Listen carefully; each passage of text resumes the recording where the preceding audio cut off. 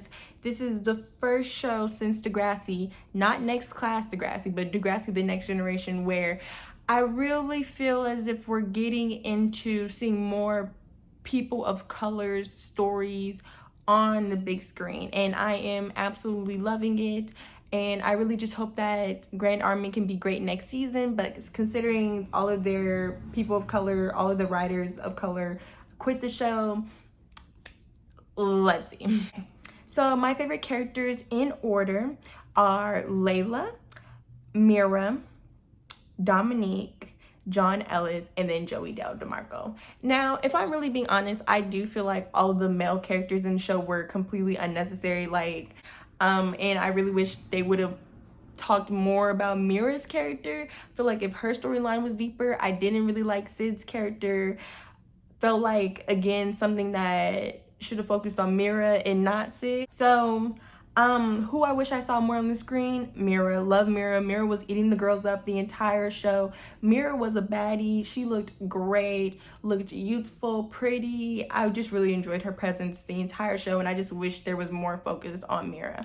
I noticed that the show centered on white girlhood, hence Joey Del Marco, and it compares the white girlhood to the lives of girls of color, such as Dominique, Layla, and Mira.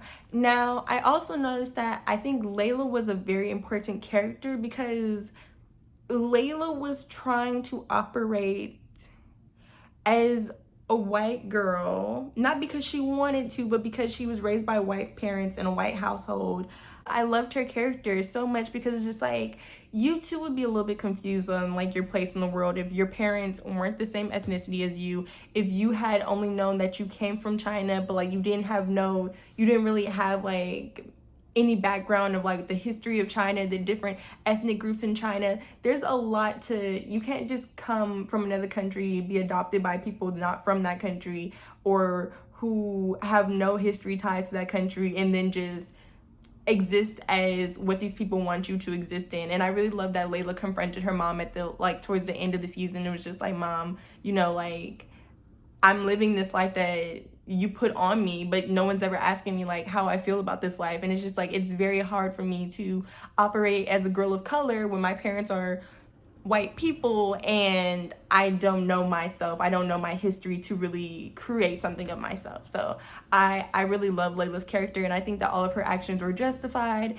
I think she's oblivious. I think that she's very self-centered, and I don't know if being self-centered is a bad thing per se.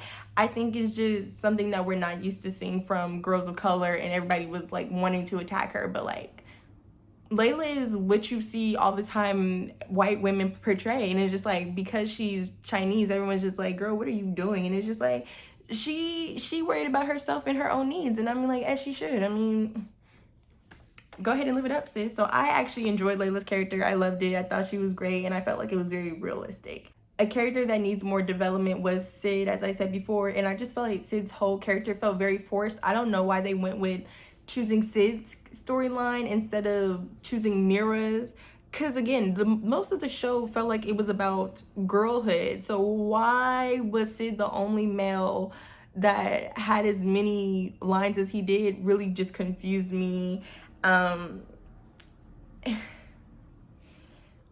Felt very forced. The two punks of the show, Sid, because Sid was very selfish as well. He didn't really care about Mira. Everything was about Sid.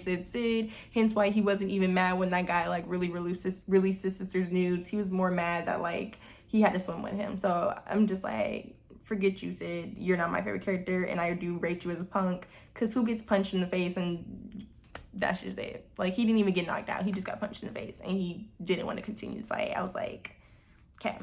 And Tim is a punk of the show, because Tim, spoiler alert, Tim wanted to wait until the last possible minute to admit that what Luke and George did to Joey was wrong. And it was just like, Tim, you suck, forget you. You let everybody cuss Joey out, and you let everybody gaslight the freak out of Joey, and you knew what was going on the whole time. So forget you, Joey. I'm not Joey. Forget you, Tim. You suck. And he's snorting white powder. I'm like, crack, Tim? crack in 2020. I was like, this been much. And I was like, did they throw that in because was the last episode when the writers of color left? Because that was just so random, and I was just like, what is going on here? But honestly, I just don't have the energy to watch season 2 if it's gonna be Tim being on heavy drug use. Like, that's just is gonna irritate me, because I feel like we've already seen that before. Why, when, like, it's like Tim doesn't have a real storyline, so we're gonna make him be a drug addict, and it's just like, it's unnecessary. So a concept or a theme that was present throughout the the series, is the cult of domesticity. You can hear it in the background. One of the teachers is presenting about the cult of domesticity in one of the classes that Luke and George are in. And the cult of domesticity is this movement from the 19th century. I think it was the 20th century or the 19th century in the US and in the UK, where basically women follow these 4 virtues in hopes of promoting true womanhood, and it's a way for them to make sure that men see them as women and are willing to provide them with security and protection, basically. So the 4 virtues are piety, which is religion, submission, purity, are you a virgin or not, and domesticity, like your home life. And I'm gonna link the video below where I learned about this first, and how this YouTuber was talking about girlhood and how it relates to how girlhood in films is very specific to white girlhood. Hence Joey DeMarco as like the standard of girlhood.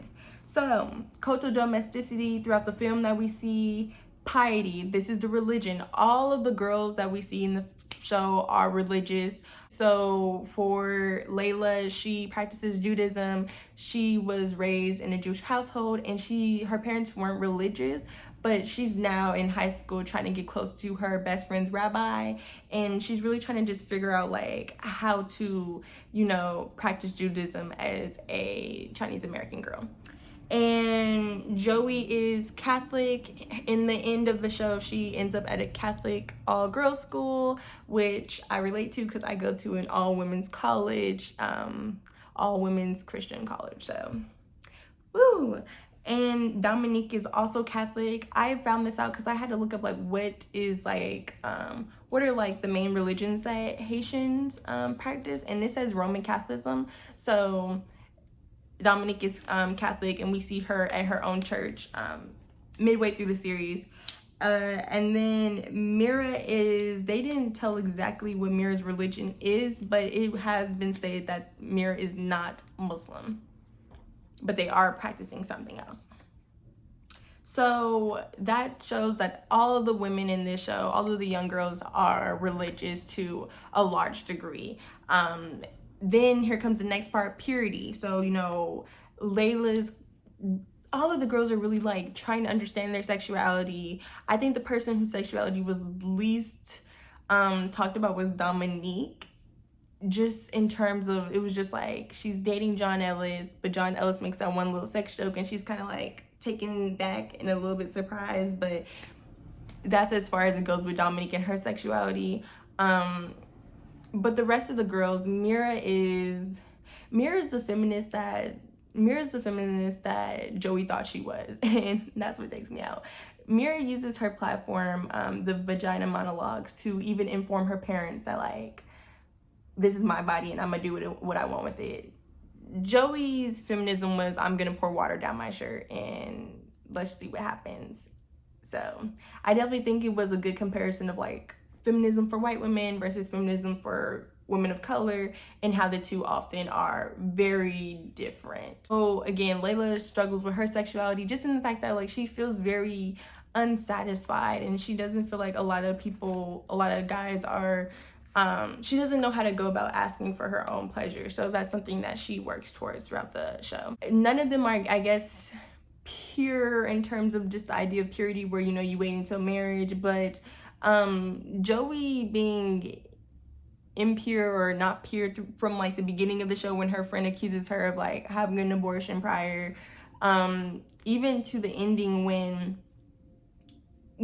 the assault occurs, it's very clear that like, because Joey lacks this purity, everyone thinks that she's deserving of what bad things happen to her, Very few people want to believe her. She's ostracized, and you can kind of feel like her sexual acts, or the acts that people find to be sexual, are getting in the way of her creating this true friendship with people. Whereas Dominique she doesn't have this, she's not very hypersexual or sexual at all, really. And because of that, people seem to, her friends and their friendship's very intact, and it seems like Dominique's more innocent in a sense. Let's start with Dominique. I saw submission in Dominique because Dominique was willing to give up a lot of her childhood and her girlhood in order to be domesticated in the household. So she was willing to like not hang out with her friends for too long and all this other stuff, so she can go home, take care of her little siblings, her nephews and niece. She was also willing to marry that man, the Haitian man, and in hopes of getting him a green card so her family can earn $10,000 to pay off all of the stuff that they need to pay off. So there was that submission from Dominique. There was also just like, Dominique wasn't the type to talk back to her mom. Her mom's word was just that. It was just like, okay, you know, Dominique was pretty much like a really quiet, nice girl the entire show. There, for Joey, the submission to me was forced. That was forced submission. The assault between her, George, and Luke was a form of like forced submission, that ultimately was another thing that just played into her being seen as no longer pure. And there was even the submission of her being like, fine, I'm gonna just go to a different school, and like, I'm not gonna pursue this stuff anymore. I'm gonna go to a different school because I can't see George and Luke anymore. Dominique and Joey are basically the same character. Like, you're supposed to be able to be like, okay, this is white girlhood and this is black girlhood, and you're supposed to make those two comparisons. Hence why, you know, the day that Joey DeMarco was out, that Saturday night when she was out with her guy friends, we saw Dominique out with John Ellis, and just a comparison of like what happened to Joey versus what happened to Dominique. Here you have, you know, someone just getting a simple kiss, and here you have someone being assaulted. Like, predictions for next season. The ending made me feel like they're definitely going to try to give Joey this bigger role. Like, she's going to empower herself with the stories of other women and young girls who have been assaulted, and I feel like they're going to create some type of women empowerment collective. Comment, like, subscribe, tell me how you guys felt about Grand Army and what are your predictions for next season. Okay, bye guys.